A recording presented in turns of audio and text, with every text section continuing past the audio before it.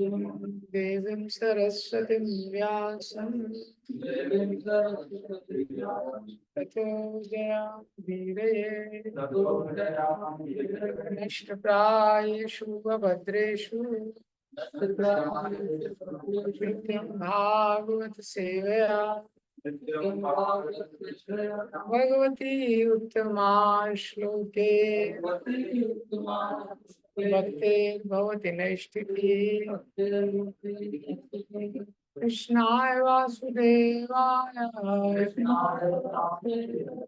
देवकी नंदनाय च नंदगोपकुमाराय गोविंदाय नमः।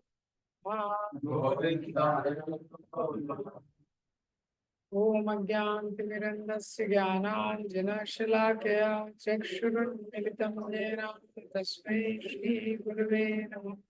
श्रीचैतन्यमनोभीष्टं स्थापितं येन भूतले स्वयं रूप कदा मह्यं ददाति स्वपदान्तिकम्।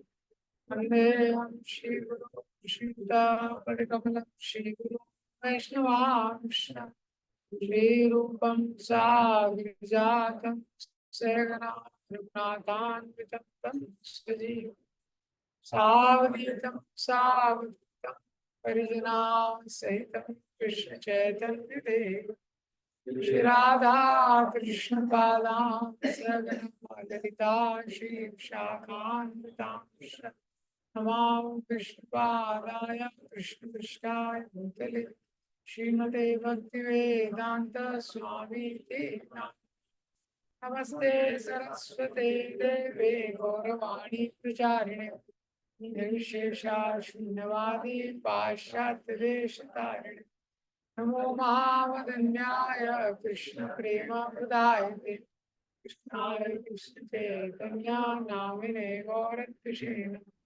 हे कृष्ण करुणा सिंधु दीनबंधु जगतपते गोपेश गोपिका कांता श्री राधा कांत नमोस्तुते तप्त कांचन गौरांगी श्री राधे वृंदावनेश्वरी वृषभानुसुते देवी प्रणमामि जागल्पतरुभ्यश्च कृपा सिन्धुभ्येव च पतितानां पावनेभ्यो वैष्णवेभ्यो जय श्री कृष्ण चैतन्य नित्यानंद श्री अद्वैत गदाधर श्रीवासादि गौर भक्तवृंद हरे कृष्णा कृष्णा कृष्णा हरे हरे हरे राम हरे राम।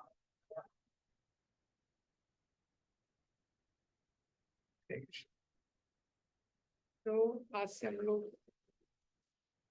ये स्टार्ट कर रहे हैं भगवत गीता का सत्र, जिसमें वर्ष बाय वर्ष श्लोक के माध्यम से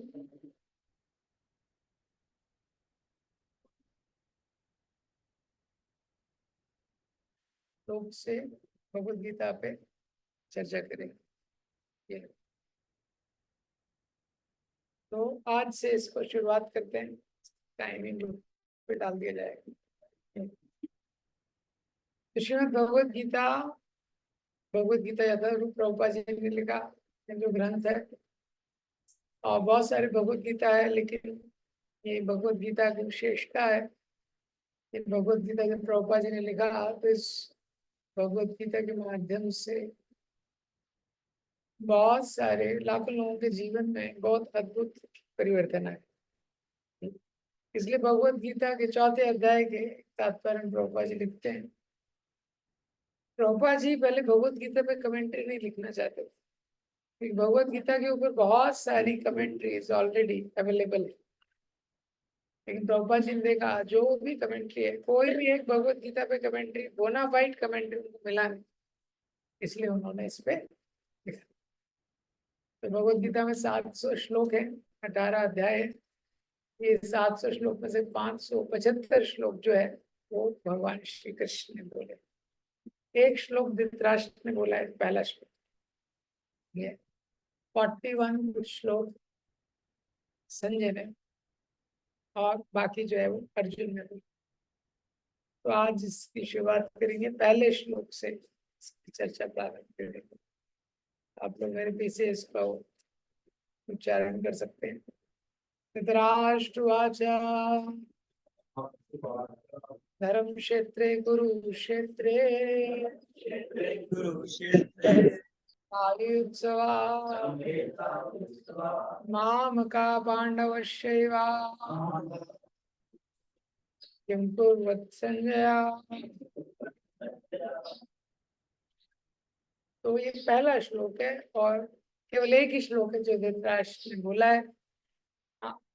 धृतराष्ट्रवाच धर्म क्षेत्रे कुरुक्षेत्रे संवेतायुत्सवा मामका पांडवश्चैव किं कुर्वत् संजय। तो धृतराष्ट्र यहाँ भी प्रश्न कर रहे हैं धर्म क्षेत्र कुरुक्षेत्र, जो कुरुक्षेत्र की भूमि है और वो कुरुक्षेत्र कैसी भूमि है, वो धर्म क्षेत्र है। धर्म क्षेत्र है, बहुत सारे लोगों ने इस भूमि पे तपस्या किया है, धर्म का जो अनुष्ठान किया गया ऐसा वो क्षेत्र है। वहां पे जो एकत्रित हुए लोग हैं, माम का पांडवश्य, धृतराष्ट्र बोल रहे मेरे पुत्र और जो पांडु के पुत्र, किम अकुर्वत संजय, तो ये संजय उन्होंने क्या किया। ये पहला श्लोक। तो श्लोक के तात्पर्य में पहले मैं थोड़ा सा बोलूंगा। तो प्रभुपाद जी ने तात्पर्य में पहले पैराग्राफ में पहले जो भगवत गीता की स्पेशलिटी उसको बताया। बहुत सारे शास्त्र है, बहुत सारे ग्रंथ है, लेकिन भगवत गीता को क्या है, वेदों का सार बताया गया। आवाज नहीं आ रहा तुझे? हाँ आ रहा है।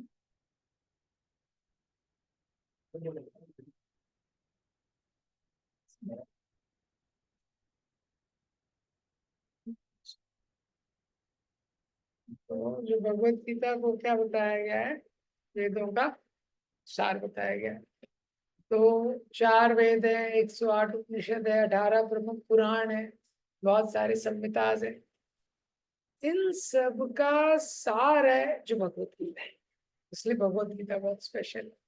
तो प्रभुपाद जी तात्पर्य में लिखते हैं, पहला तात्पर्य पोट आप पढ़ेंगे तो आप देखेंगे प्रभुपाद जी ने मेंशन किया है कि बाकी जो शास्त्रों में दिया है वो भी आपको भगवत गीता में मिलेगा, और जो नहीं है बाकी शास्त्रों में वो भी भगवत गीता में मिलेगा। This is a special standard of Bhagavad Gita. अब जो पहला श्लोक है इसका, इस श्लोक में चर्चा की गई धर्म क्षेत्रे कुरुक्षेत्रे संवेतायुत्सवा माम का पांडवश्चैव किम अकुर्वत संजय। धृतराष्ट्र प्रश्न कर रहे हैं।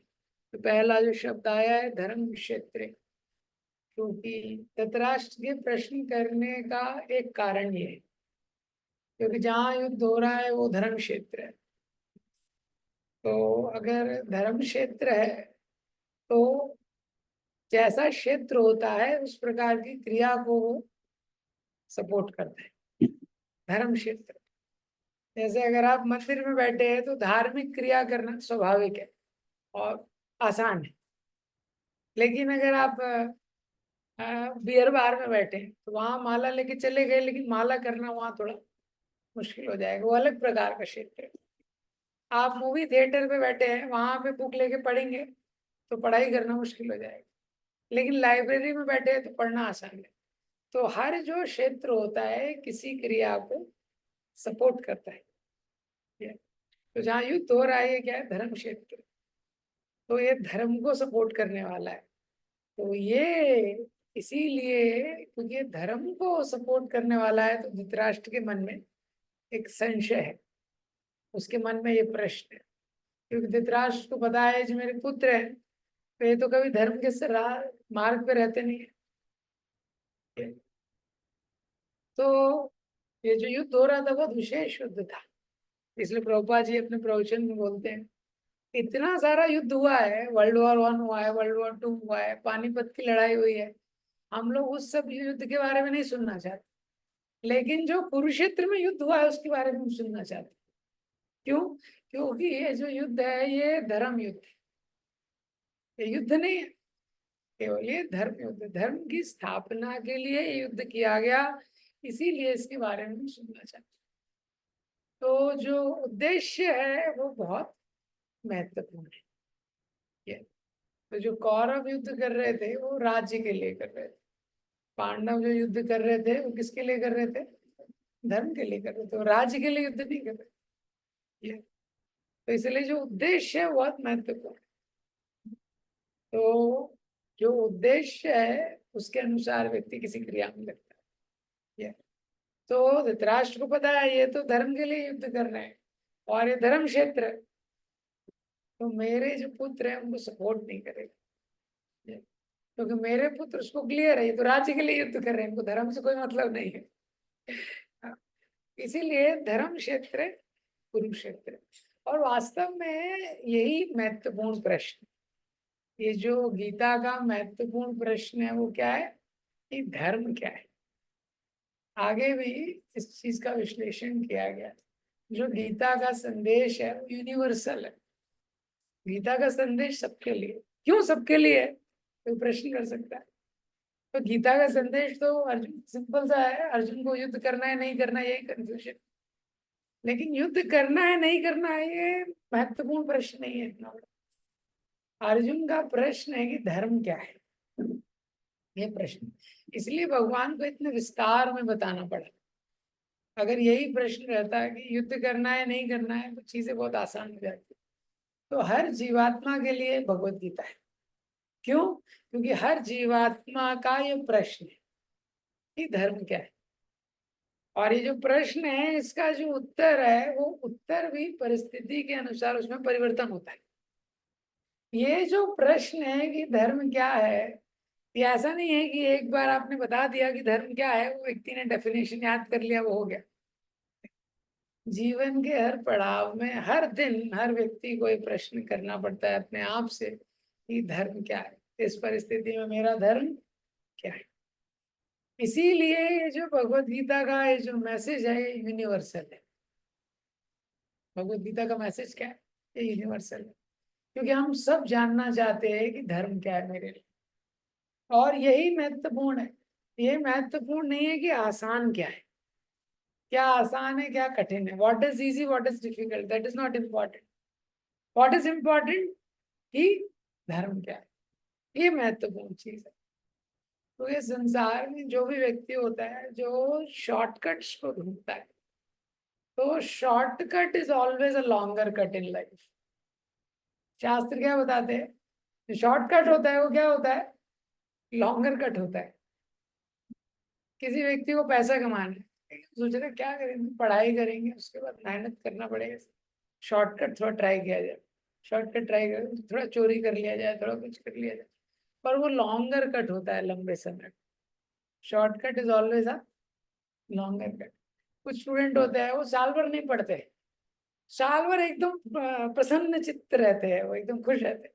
एग्जाम के टाइम में उनको थोड़ा टेंशन, एग्जाम के टाइम में उनको इच्छा कहीं से पेपर लीक हो जाए, भगवान की कुछ अहेतु की कृपा हो जाए, पेपर लीक हो जाए, क्वेश्चन पता लग जाए, ये तो हो सकता है उस एग्जाम में वो पास हो जाए, पर because he is not taken seriously the process of learning, पर क्योंकि उन्होंने गंभीरता से जो सीखने की पद्धति है उसको गंभीरता से नहीं लिया, तो क्या हुआ है बाद में मेहनत करनी पड़ेगी। इस संसार में कोई शॉर्टकट नहीं है, हर व्यक्ति को संघर्ष करना ही पड़ेगा। तो जो व्यक्ति प्रामाणिकता से संघर्ष के मार्ग को स्वीकार करता है और धर्म के मार्ग पे रहता है वही सक्सेस करते हैं। तो इसीलिए जो धर्म क्या है बहुत इंपॉर्टेंट है। तो शास्त्र में हम देख सकते हैं बार बार इस चीज का चर्चा है। किस चीज का चर्चा है? कि धर्म क्या है, धर्म क्या है उसका चर्चा। तो हम देखते हैं कि जिसने भी अधर्म का आश्रय लिया है थोड़े काल के लिए उसको सफलता मिली है, लॉन्ग टाइम पे फेलियर। रावण था, तो रावण ने कितनी बार? 9 बार सर काटा। फिर शिव जी आ गए, शिव जी ने बोला रहने दो भाई, मैं भी प्रसन्न हो जाता हूँ, जल वल डाल दो कि बेलपत्री डाल दो खुश हो जाऊंगा, मैं भी नॉनवेज नहीं लेता हूँ, तो ये सर और मत काटो। भगवान आ गए। इतना मेहनत किया उसने, इतना तपस्या किया और दुनिया की हर जगह से चोरी कर करके लंका में आइटम इकट्ठा किया, कितना मेहनत किया। विभीषण ने धर्म का आश्रय लिया। एक बार भगवान को दंडवत किया, भगवान ने लंका का राजा बना, हाँ, और रावण का एनकाउंटर करके उसको हटा दिया। तो अधर्म में ज्यादा प्रयास करता है।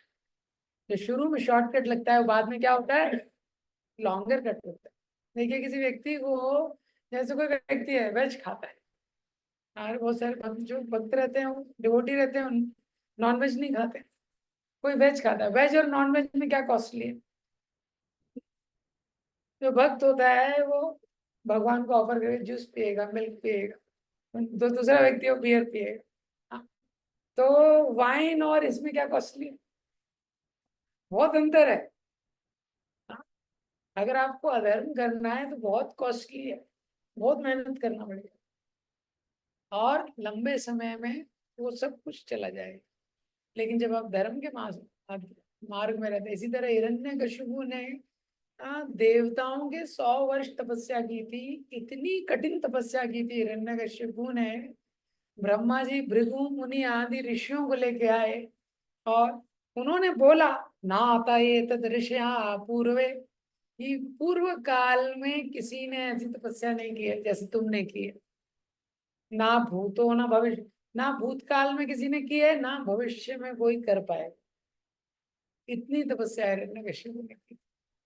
लेकिन गलती क्या कर दी उसने, अधर्म के मार्ग पे लग गया। अधर्म के मार्ग पे लग गया, थोड़े समय बाद नरसिंह देव ने एनकाउंटर कर दिया प्रहलाद महाराज को, हाँ, बिना इलेक्शन के बिठा दिया सीट। ये तो बार बार शास्त्र हमको यही बताते हैं कि धर्म का आश्रय लेना महत्वपूर्ण है। और यही अर्जुन का प्रश्न है, धर्म क्या है, यही अर्जुन का प्रश्न है। इसीलिए भगवत गीता का जो मैसेज है इस सबके लिए, क्योंकि हर व्यक्ति ये जानना चाहता है धर्म क्या है। और धर्म क्या है, ये इतना आसान सिद्धांत नहीं है धर्म। इसीलिए धर्म के बारे में जो बड़े बड़े लोग हैं, जब धर्म की चर्चा होती है, बड़े बड़े लोग धर्म के बारे में कंफ्यूज हो जाते हैं। तो देखते हैं हम अजामिल के प्रसंग में, अजामिल होता है 8-10 साल की उम्र के बाद, जैसे उसने एक गलत दृश्य देखा, गलत कृत्यों में पड़ गया, जीवन भर गलत क्रिया करते रहा। 88 ईयर्स की उम्र में अजामिल का 10वां पुत्र उत्पन्न हुआ। हाँ, उसका नाम उसने नारायण रखा। तो अजामिल की मृत्यु का समय आ गया, यमदूत उसको लेने के लिए आए। पहले ही ओवर टाइम कर रहे थे, उसका रिकॉर्ड लिख लिख के, तो सोचा भी इसको लेके आते, खत्म करते इसका अकाउंट। तो यमदूत जब उसको लेने के लिए आए, साथ में विष्णुदूत आ गए। 3 यमदूत आए थे लेने, 4 विष्णुदूत आ गए। तो वहां पे यमदूत और विष्णुदूतों के बीच में क्या है, चर्चा है। तो विष्णुदूत बोलते हैं यमदूतों को कि आपको पता नहीं है कि धर्म का सिद्धांत, धर्म का जो सिद्धांत है आपने सीखा नहीं है सही से। विष्णुदूत है वो यमदूतों को बोलते हैं। तो यमदूत है वो, उनको बहुत धर्म का बहुत ज्ञान है, क्योंकि धर्म अधर्म के आधार पे ही लोगों को पनिशमेंट देते हैं।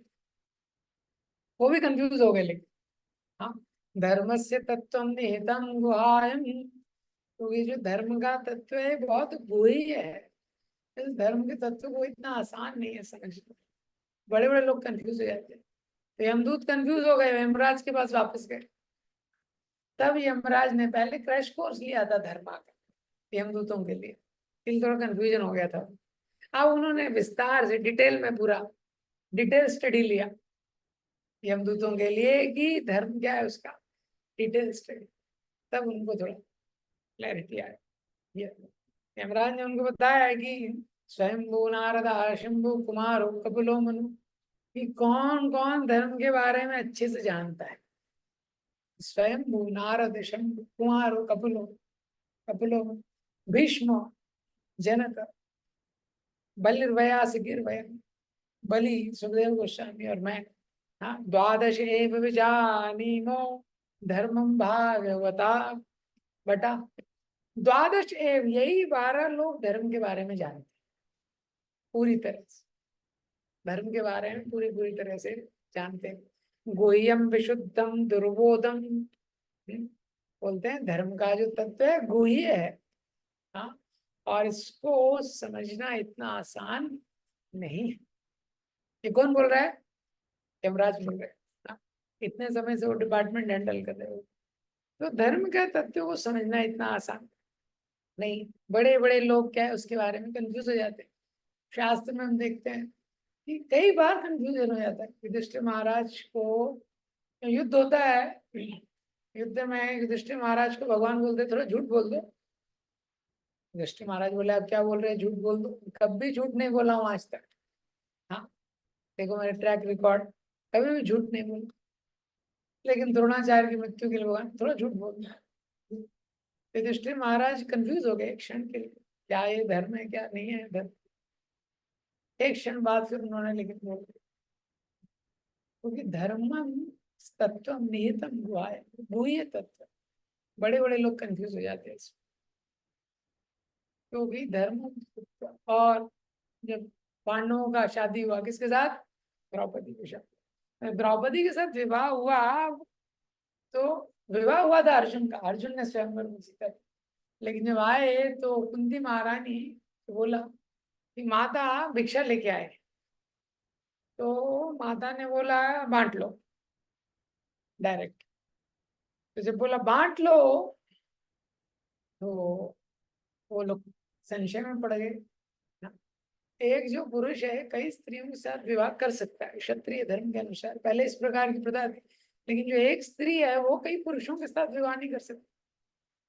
तो वो सोचने लगे तो अधर्म हो जाएगा। धर्म के बारे में वापस से क्या हो गया, कंफ्यूजन हो गया कि वास्तव में ये धर्म है कि नहीं।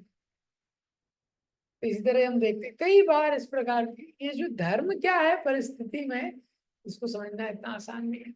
अब धर्म के धर्म महात्मा ययाति हुए, तो ययाति जब वृद्ध हो गए थे, उनको वृद्धावस्था आ गई थी।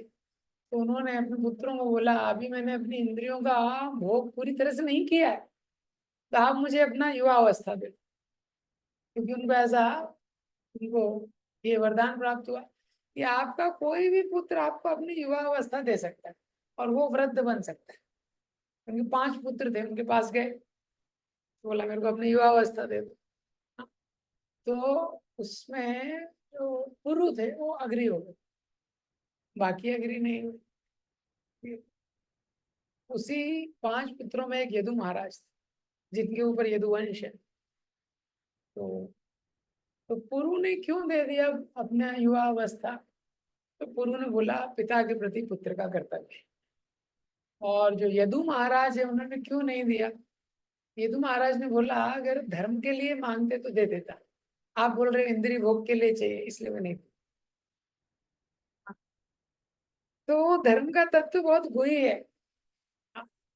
इस प्रकार से ये जो धर्म का तत्व बहुत वही है। धर्म से तत्व निहितम हुआ है।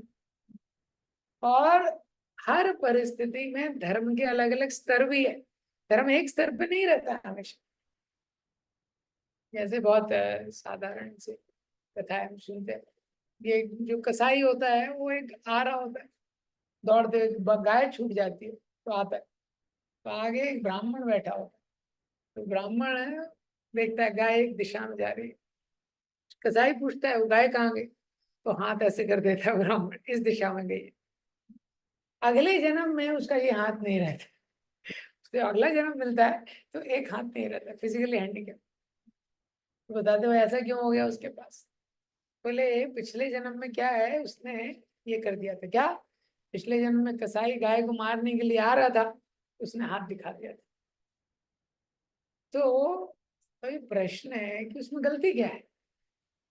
क्योंकि ब्राह्मण का पहला धर्म है सत्यम क्षमा दमा तपा शौचम। ब्राह्मण का ये पहला धर्म सत्य बोलना है। सत्य बोलना तो धर्म ब्राह्मण के लिए। तो जब उसने सत्य तो बोला है तो क्यों पाप लग गया उसको, क्या गलती हो गई उससे, क्या गलती हो गई उससे। विवेक तो हाँ, हाँ, क्योंकि धर्म में भी स्तर है। छोटा धर्म है, बड़ा धर्म, उसके ऊपर का धर्म। धर्म में भी अलग अलग स्तर है। हाँ, कि धर्म भी अलग अलग स्तर पे काम करते। बोलते हैं ना, परिवार के लिए एक व्यक्ति को त्याग किया जा सकता है, बलिदान किया जा सकता है। परिवार के लिए एक व्यक्ति का बलिदान किया जा सकता है। हाँ, एक गांव के लिए एक परिवार का बलिदान किया जा सकता है। अलग अलग स्तर पे भी ये धर्म है। धर्म का भी अलग अलग स्तर होता है, केवल एक स्तर पे नहीं है धर्म। तो ये जो धर्म के स्तर है, धर्म का सबसे लोएस्ट, जो लोएस्ट स्तर व्यक्ति का जो धर्म का है कि व्यक्ति एटलीस्ट मनुष्य की तरह रहे, मनुष्य की तरह जीवन यापन करे। उसको जो इंद्रिय तृप्ति करनी है, कुछ भी करनी है, शास्त्र के अनुसार करे। ये लोएस्ट है धर्म का। इसके नीचे अधर्म शुरू हो जाता है। जो 4 नियमों का पालन नहीं करता है, इसलिए उसको मनुष्य नहीं बोला गया, क्योंकि वो लोएस्ट लेवल है जिसपे धर्म का पालन होता है। उस लेवल के नीचे अधर्म शुरू हो जाता है। अब जो लोएस्ट लेवल ऑफ धर्म है, उसके ऊपर higher level of dharma. Dharma means higher and higher level of selflessness. सबसे ऊंचे और ऊंचे स्तर का निस्वार्थ सेवा, उसको धर्म में काउंटिंग किया गया। सबसे नीचे स्तर का है कि भोग करता है, लेकिन कैसे करता है? शास्त्र के अनुसार करता है। फिर वो एटलीस्ट किसी की सेवा में लगता है, उससे ऊपर लेवल का धर्म। एटलीस्ट अपने माता पिता की सेवा, अपने परिवार की सेवा में लगता है, उसके ऊंचे लेवल का धर्म। फिर उसको लगता है कि केवल माता पिता की सेवा पर्याप्त नहीं, बाकी जो स्वजन होते हैं उनकी भी सेवा में लगता है। उससे ऊपर और समाज की भी सेवा में लगता है, समाज की भी सेवा, सारे प्राणियों की सेवा में लगता है। इसी तरह हाईएस्ट लेवल ऑफ धर्म है धर्मम तु साक्षात भगवत प्रणीतम। जो भगवान बोलते हैं हाईएस्ट लेवल ऑफ धर्म, क्योंकि जब व्यक्ति भगवान की सेवा में लगता है तो उसको क्या बोला है? सवे पुंसा परो धर्मो यदो भक्ति यदोक्षजे अहेतुकी अप्रतिहता ययात्मा सुप्रसिद्ध। वो हाईएस्ट लेवल ऑफ धर्म कि जब व्यक्ति बिना किसी अहेतु की अप्रतिहता, बिना किसी हेतु के और बिना रुकावट के, मतलब बिना किसी परिस्थिति में रुके, बिना किसी हेतु के, मतलब वो भगवान की प्रसन्नता के लिए भगवान की भक्ति करता है। और उसको पता है भगवान की प्रसन्नता होगी जब सारे जीव प्रसन्न रहेंगे। इसीलिए जो भगवान की भक्ति में लगता है वो नेचुरली सबके लिए सेवा करता है। यथा तरोर्मूलनिषेचनेन तृप्यन्ति तत्स्कन्धभुजोपशाखा प्राणोपहारा तथेन्द्रियाणाम यथा सर्वारणं मच्युतेज्य। जैसे पेड़ की जड़ में पानी डालते हैं तो पूरा पेड़ जो है वो हरा भरा हो जाता है, सिद्धांत। इसी प्रकार से जब भगवान की सेवा में कोई जीव लगता है तो निश्चित रूप से वो जो सेवा है धीरे धीरे सब तक पहुंचती है। जैसे जड़ में आप पानी डालते हैं, वो जल जड़ के माध्यम से उस पेड़ की हर शाखा में, उस पेड़ के हर पत्ते में, उस पेड़ के हर फूल में पहुंच जाता है वो जो जल है। इसी प्रकार से जब भगवान की सेवा में लगते हैं तो धीरे धीरे वो जो सेवा है वो सब जगह पहुंच जाती है, सिस्टम। इसीलिए उसको हाईएस्ट लेवल ऑफ धर्म बोला गया। वो क्या है? वो हाईएस्ट लेवल ऑफ धर्म जिसका हमको प्रयास करना चाहिए। तो भगवत गीता में आगे बहुत विस्तार से ये सब चर्चा की गई है कि कैसे कैसे, इसीलिए भगवान ने बोला है भगवत गीता में कि धर्म का पालन करना। और धर्म का भी पालन कैसा होता है? जब व्यक्ति एक लेवल ऑफ धर्म, जब 2 लेवल के धर्म में कॉन्फ्लिक्ट होता है, जैसे धर्म और अधर्म के बीच में चुनना है तो आसान है एक तरीके से, सही और गलत के बीच में चुनना है तो आसान है। एटलीस्ट इंटेलेक्चुअली, बुद्धि के स्तर के उस पे उसको पता है क्या सही है और क्या गलत।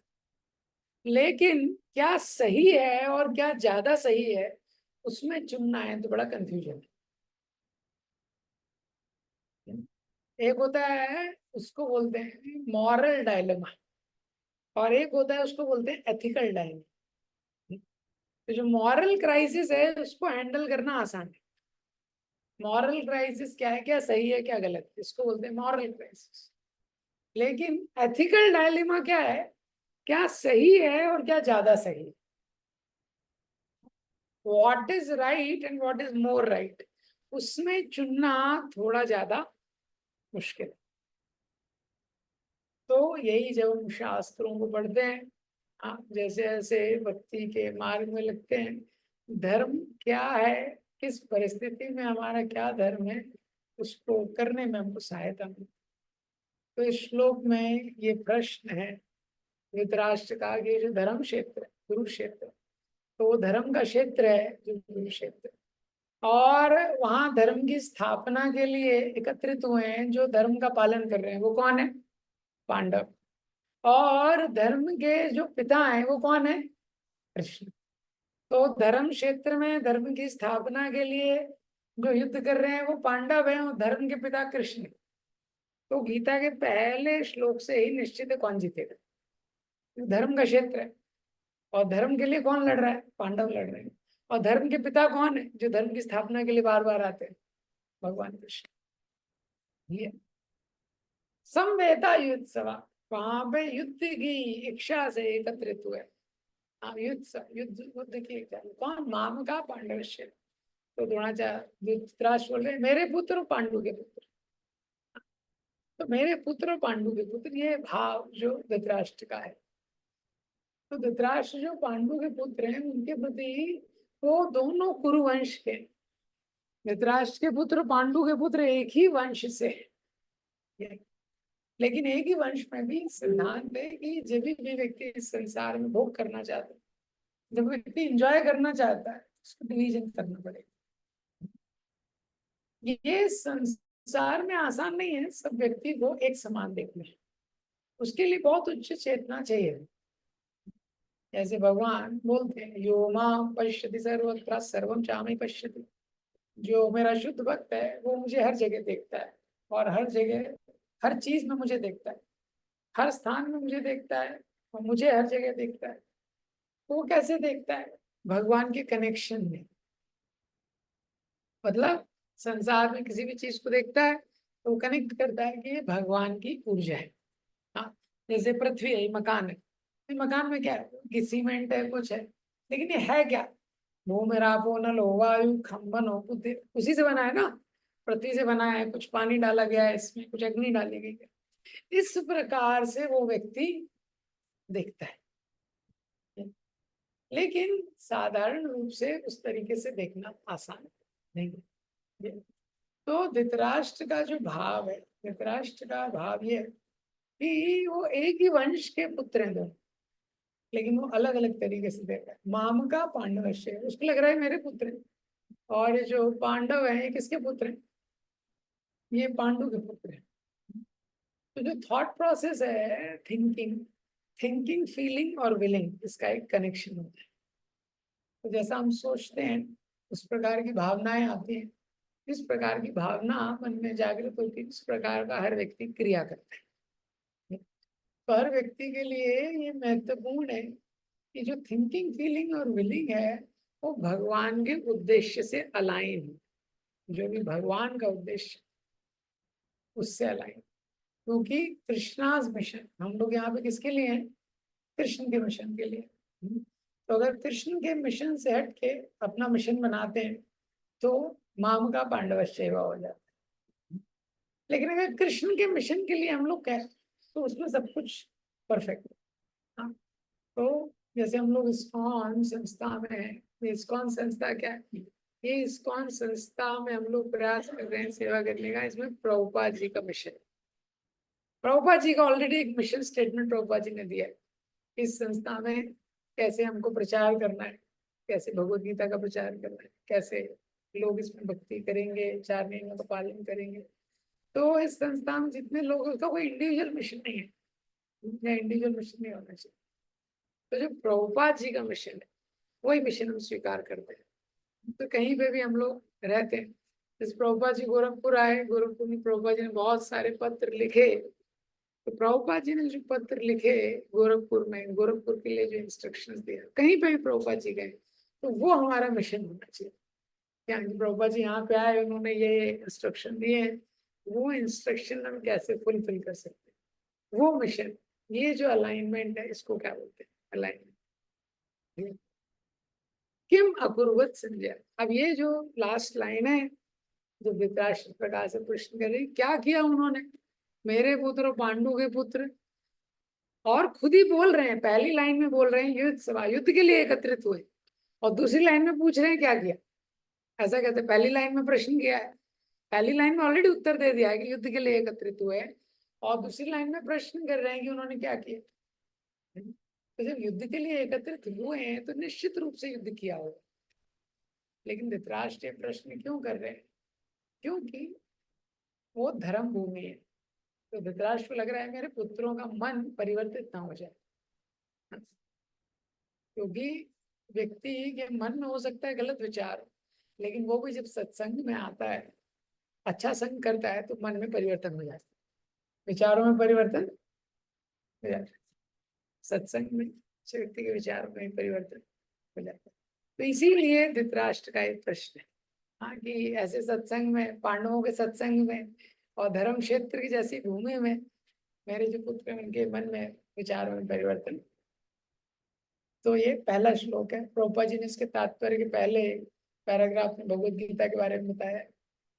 उसके बाद दूसरे तीसरे पैराग्राफ में धर्म क्षेत्र जो शब्द है इसकी व्याख्या की है, माम का पांडवश्चैव इसकी व्याख्या की है, बहुत सुंदर तरीके से पढ़ सकते। आप में से कोई प्रश्न है, कुछ कमेंट है तो कर सकते हैं।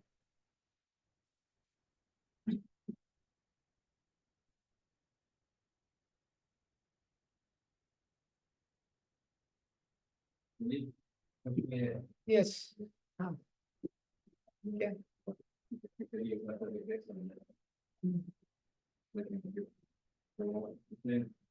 भक्ति करते हैं सभी लोग,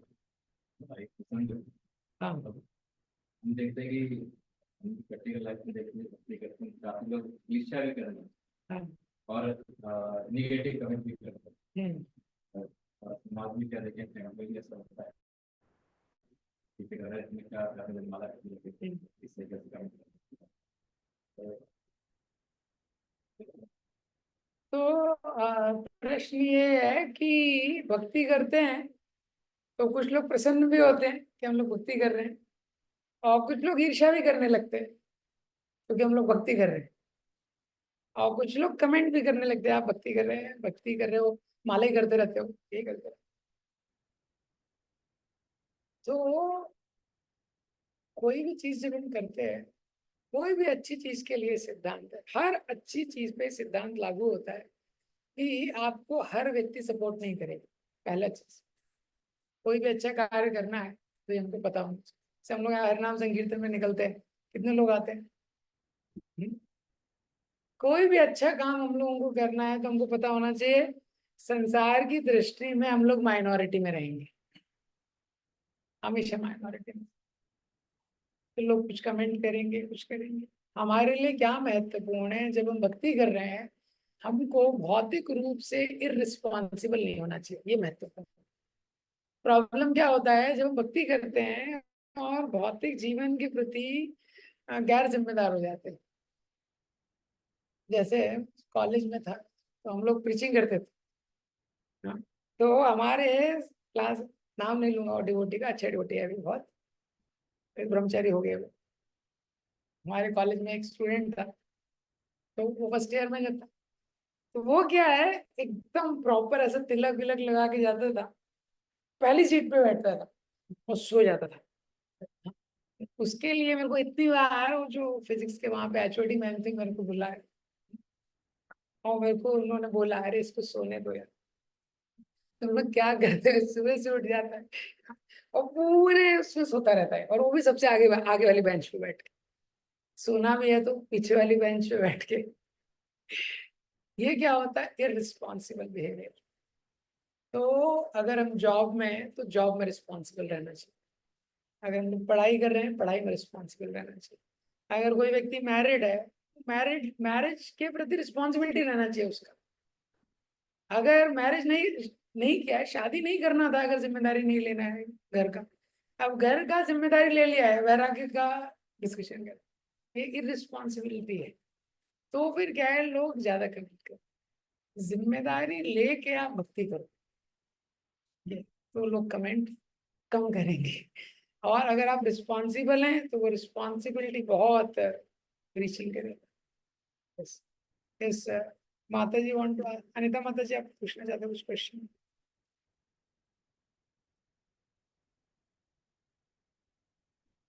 ये अनम्यूट करने का ऑप्शन है लोगों के पास?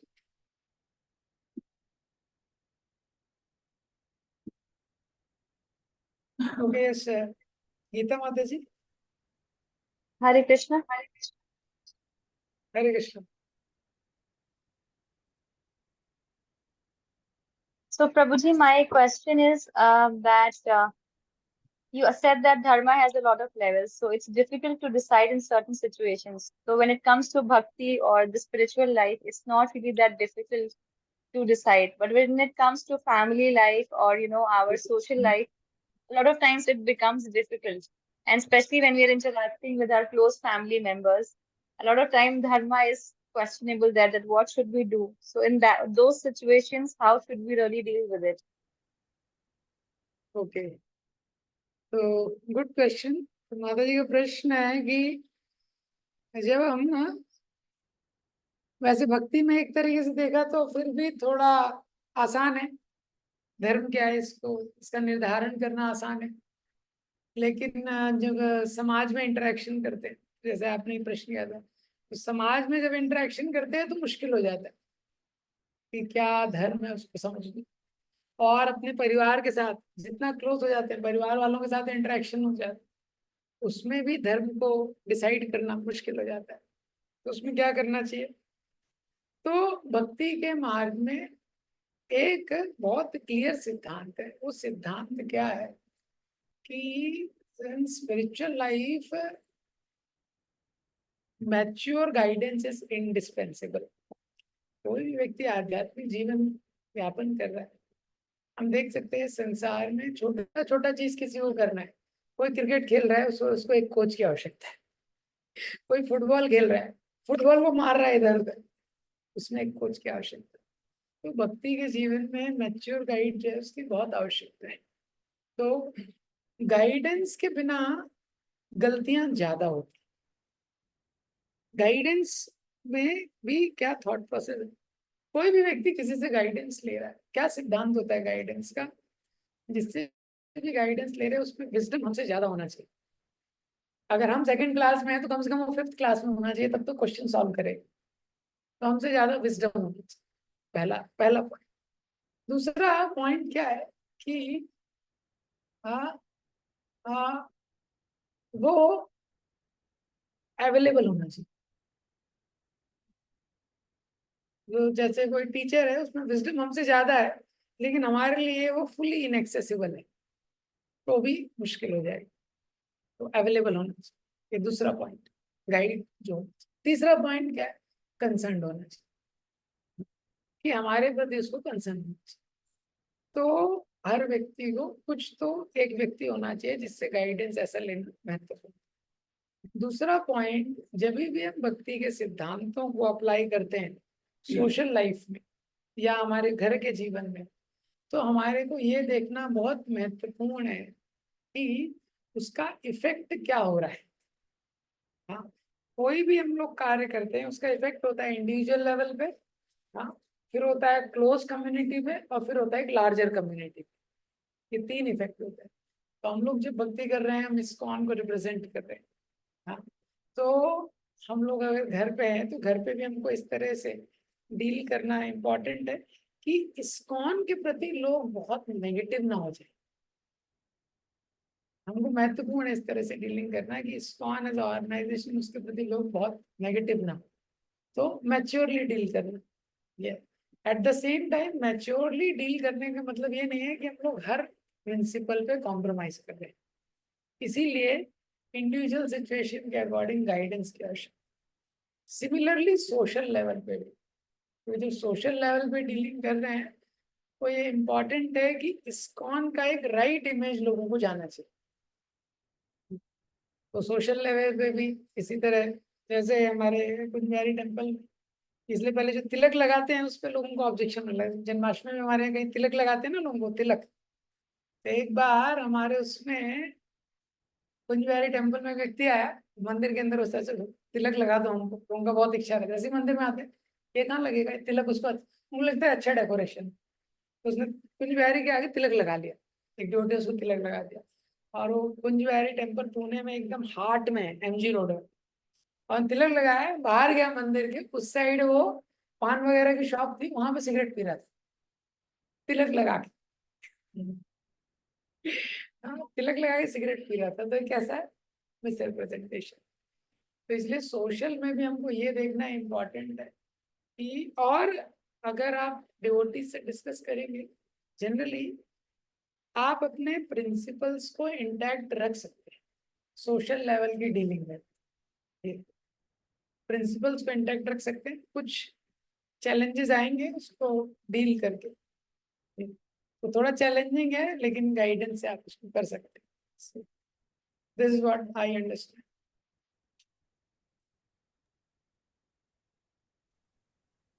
Hare Krishna, Prabhuji. May I ask now? Yes, Mataji. Yes, Prabhuji, more or less my answer is already answered. Sorry, question is already answered. But you gave example of Yayati Maharaj, in which Puru, his son, he agreed to surrender his youth. But the other son, Yadu, he did not. So whom do we say is right? And it is also close in our family life also. Like we are every day listening to some or the other preachers, so at least we are aware, though we are maybe not able to follow, that is a secondary issue. But sometimes we have to compromise upon many things. जैसे sense gratification में ही किसी को help करना पड़ता है, so is that okay? जैसे how to give example, जैसे some time बोलेंगे अच्छा पूजा का टाइम छोड़ के हमारे साथ घूमने चलो, ऐसा भी बोल सकते हैं। तो अभी क्या करना चाहिए? और मतलब ये ययाति महाराज को हम करेक्ट समझेंगे, मतलब सॉरी पुरु महाराज को करेक्ट समझेंगे कि यदु यदु को करेक्ट समझेंगे? This is my question. तो ये जो प्रश्न है माता जी, जैसे ययाति महाराज के 5 पुत्र जो थे, तो पुरु ने अपना जो युवावस्था है वो ययाति महाराज को दे दिया, जो यदु थे उन्होंने मना कर दिया। दोनों ने धर्म का पालन किया। धर्म का एक सिद्धांत है, ये जो जीवन है, पुरु ने बोला कि पिताजी ये जीवन तो आपका ही है, मेरा जीवन है नहीं, ये आपके द्वारा मुझे दिया गया।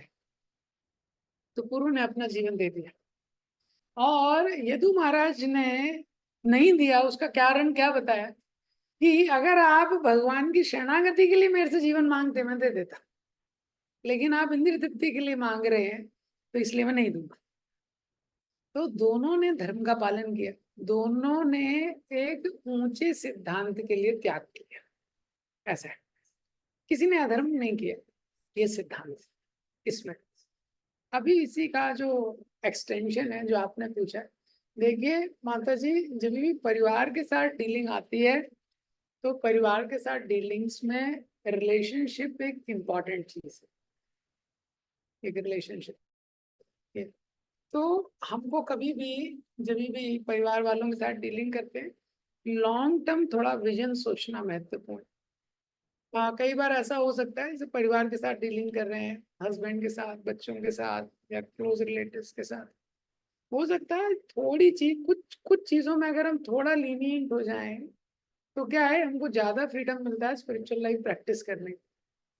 जैसे हस्बैंड वाइफ का रिलेशन है, अभी उसमें से अगर कोई एक डिवोटी नहीं है, अगर कोई एक डिवोटी नहीं है तो दूसरे व्यक्ति को प्रैक्टिस करने में थोड़ा कठिनाई आएगी।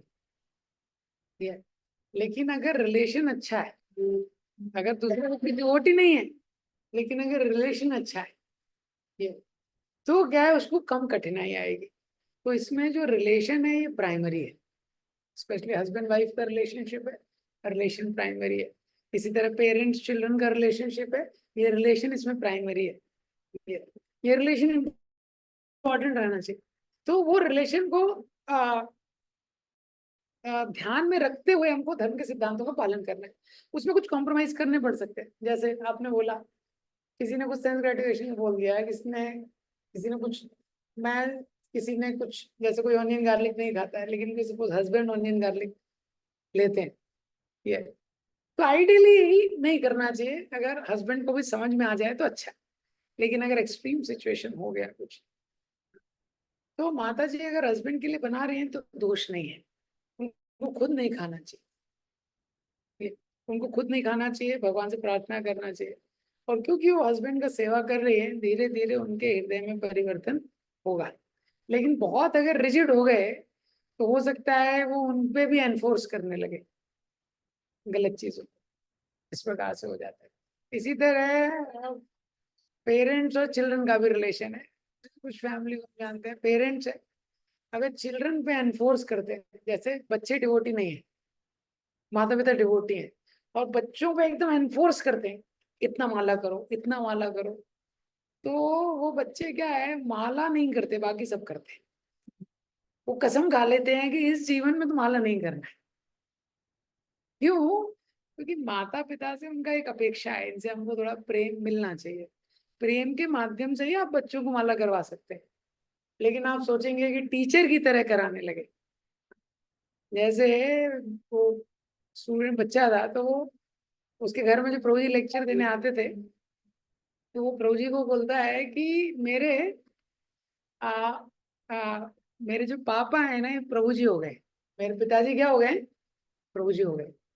उसके बोलने का मतलब क्या है, मुझे पिताजी की आवश्यकता है, प्रभु जी की आवश्यकता नहीं। तो हर संबंध का एक रोल है, जब पिता है वो अपने रोल को प्ले करता है, जब उससे माता पिता से बच्चों को स्नेह मिलता है, तो अपने आप वो भक्ति के बारे में बोलते हैं, वो भी ले लेते हैं। लेकिन अभी वो फोर्स करने लगे, अगर भक्ति फोर्स करके नहीं होता। इसी तरह इसका अपोजिट भी, जैसे हम मतलब जानते हैं कुछ जो स्टूडेंट्स हैं, तो वो माता पिता का सम्मान नहीं कर पाते। जैसे बच्चे भी होते हैं, शुरू में हम लोग भक्ति करने लगते हैं तो हमको लगता है अरे माता पिता को तो कुछ पता ही नहीं है, ये तो ऑलरेडी अज्ञान में है, जड़ विद्या के अंधकार में है। हाँ, ऑलरेडी ना भोग लगाते हैं ना कुछ करते हैं, मुझे दिव्य ज्ञान की प्राप्ति हो गई। तो ये भी गलत है। इसलिए स्टूडेंट्स के लिए हम सेशन लेते हैं, dealing with parents, friends, relatives. जब भी आप घर जा रहे हो, स्टूडेंट्स को बता दें, पहले आप बच्चे की प्रीचर मत बनिए घर पे जाके, नहीं तो वो सोचता है अच्छा मैं इतना 10 लेक्चर सुनाऊं, जैसे ही घर पे जाऊंगा सब डाउनलोड कर दूं। नहीं, हर बार वो स्थिति नहीं हो सकती। आप घर पे जा रहे हैं, साधारण तरीके से रहिए, माता पिता जो बोल रहे हैं उसको थोड़ा फॉलो कीजिए, उनकी थोड़ा हेल्प कीजिए, ऐसा है। तो जब वो माता पिता देखेंगे कि ये जो मेरा जो बच्चा है, पुत्र है, ये पुत्र पुत्री जो भी है, तो ये अच्छा हो गया, इसका बिहेवियर अच्छा हो गया है, ज्यादा रिस्पेक्टफुल हो गया है, हाँ ज्यादा रिस्पॉन्सिबल हो गया है, तो अपने आप वो अप्रिशिएट करेंगे, हाँ शायद माला कर रहा है इसलिए हो गया है। इसको बोलते हैं प्रीचिंग। और इसके अपोजिट आप व्यवहार करेंगे उसको बोलते हैं एंटी प्रीचिंग, ऐसा है। तो फिर वो बाद में भी भक्ति नहीं ले पाएंगे, क्योंकि हमारी हमारी अपेक्षा है, कोई भी हमारे क्लोज रिलेटिव है, कोई हस्बैंड है, बच्चे, हम चाहते हैं ना वो भक्ति लें, तो इसके लिए हमको पेशेंस से डील करना पड़ेगा। और इस डीलिंग में लाइन कहाँ ड्रॉ करनी है, उसके लिए अगेन हमको गाइडेंस में कार्य करना चाहिए। Is it okay? Yes, Prabhuji, thank you. So we'll end there. Hare Krishna. Srila Prabhupada.